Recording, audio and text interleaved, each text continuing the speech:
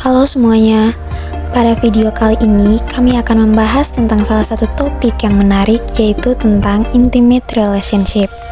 Tapi sebelum kita masuk dalam pembahasannya, perkenalkan saya Yana Lopos sebagai pemateri 1, Yohanes Kalendonu sebagai pemateri 2, Magdalena da Silva sebagai pemateri 3, dan Nikim Beo sebagai pemateri 4.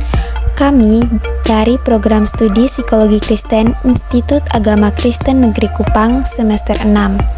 Nah, tujuan kami membuat video ini bukan hanya untuk pemenuhan salah satu tugas UAS dari mata kuliah Psikologi Keluarga, akan tetapi juga untuk memahami pengertian intimate relationship, teori yang mendasarinya, serta bagaimana membangun dan menjaga keintiman dalam hubungan.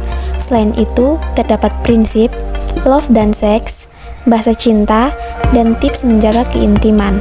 Nah, tanpa berlama-lama lagi, langsung saja kita masuk dalam materi pertama, yaitu pengertian intimate relationship.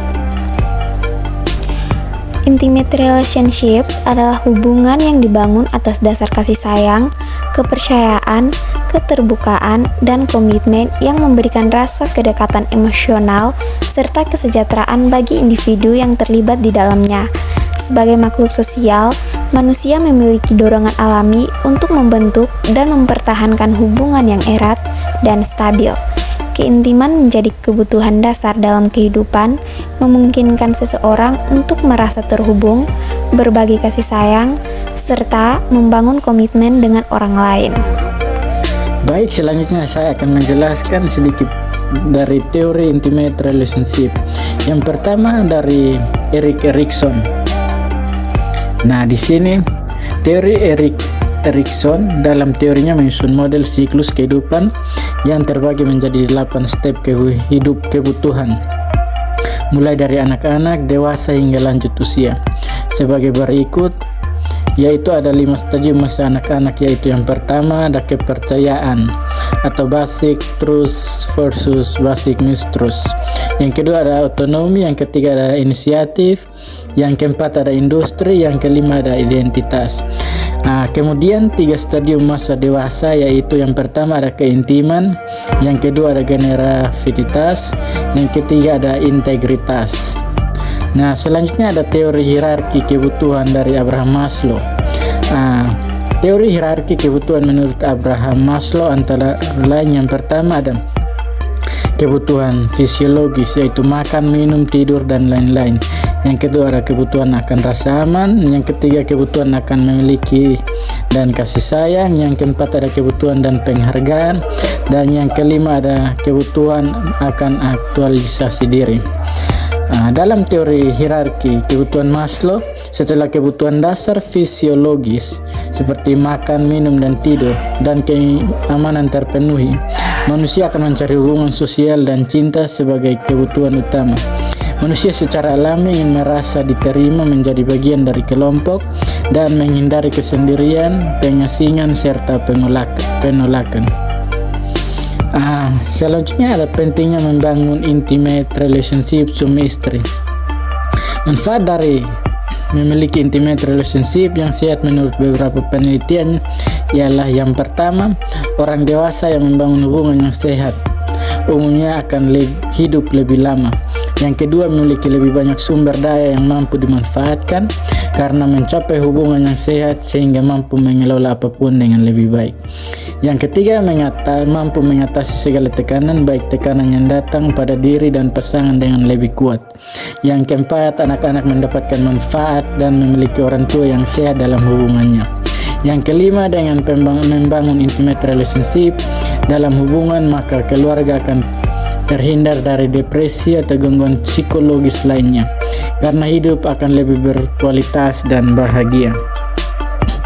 Selanjutnya, pentingnya membangun intimate relationship suami istri dibagi menjadi 5 bagian yang dapat kita bahas di sini. Yang pertama ada intimate relationship yang baik dan sehat. Yang pertama ada rasa hormat. Dalam suatu hubungan, pasangan harus memperlakukan satu sama lain dengan rasa hormat dan penghargaan, sebagaimana mereka sendiri ingin diperlakukan. Ini mencakup menghormati minat, pendapat serta memahami dan menjalankan hak serta kewajiban masing-masing. Dengan demikian, hubungan dapat berjalan dengan harmonis, penuh pengertian, dan tanpa adanya ketimpangan dalam perlakuan satu sama lain. Yang kedua ada kejujuran. Nah, di sini kejujuran adalah faktor utama dalam menjaga hubungan yang sehat dan harmonis. Pasangan yang jujur satu sama lain akan lebih mudah membangun kepercayaan, menghindari kesalahpahaman, dan menciptakan keterbukaan dalam komunikasi.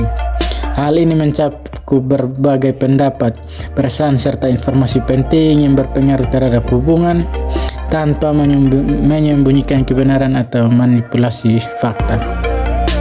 Yang ketiga ada kesetaraan. Dalam hubungan yang sehat, pembagian tanggung jawab dan pengambilan keputusan harus dilakukan secara adil agar tidak ada salah satu pihak yang merasa lebih terbebani atau kurang dihargai. Kesetaraan dalam hubungan berarti kedua pasangan memiliki hak yang sama untuk berpendapat, berkontribusi, dan berbagi peran dalam berbagai aspek kehidupan seperti keuangan, pekerjaan rumah tangga, atau pengambilan keputusan penting. Yang keempat, keamanan dan kenyamanan.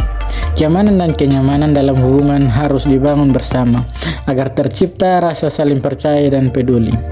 Keamanan muncul saat pasangan saling menjaga dan menghormati batasan tanpa paksaan atau intervensi yang membuat salah satu merasa tidak nyaman. Yang kelima, membangun komitmen. Komitmen adalah fondasi penting dalam suatu hubungan.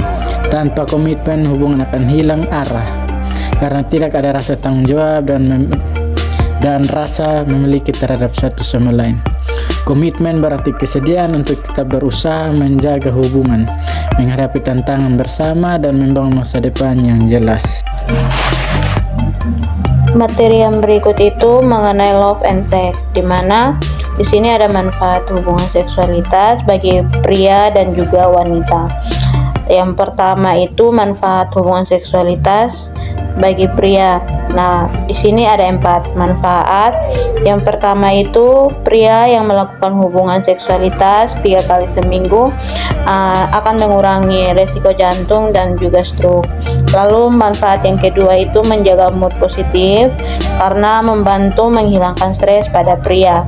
Lalu manfaat yang ketiga itu memperbaiki kualitas tidur karena setelah melakukan hubungan intim, hormon oksitosin pada pria akan membantu tidur lebih nyenyak. Dan yang terakhir, manfaat yang terakhir itu mengurangi resiko kanker prostat.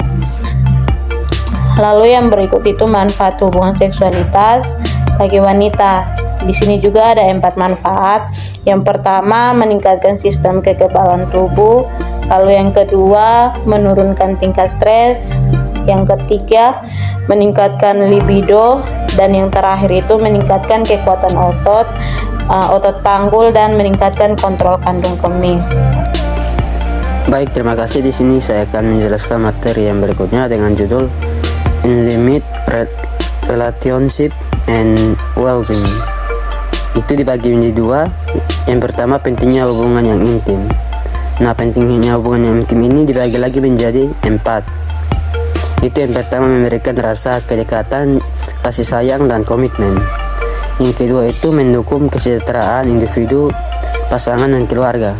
Yang ketiga itu meningkatkan kebahagiaan dan kesehatan mental. Yang keempat itu mencegah konflik serius seperti perselingkuhan, KDRT, dan perceraian. Yang kedua itu dampak perceraian keintiman.